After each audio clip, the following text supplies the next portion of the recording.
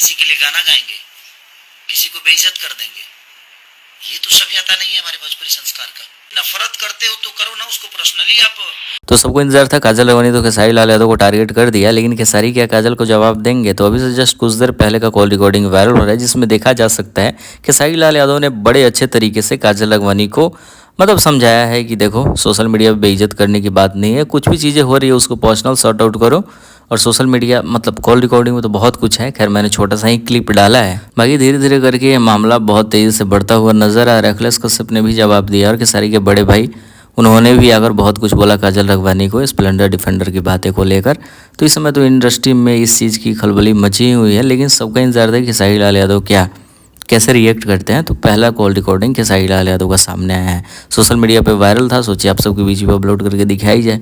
इन सभी चीज़ों पे क्या कुछ कहना चाहते हो? खेसारी लाल यादव ने जवाब देकर सही किया या फिर नहीं? अब देखो काजल राघवानी के रिएक्शन क्या कुछ आता है।